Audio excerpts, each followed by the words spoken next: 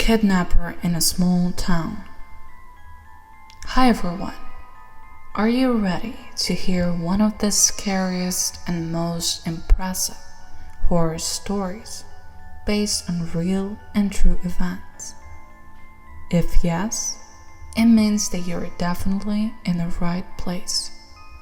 There's one very old, small, but nice town.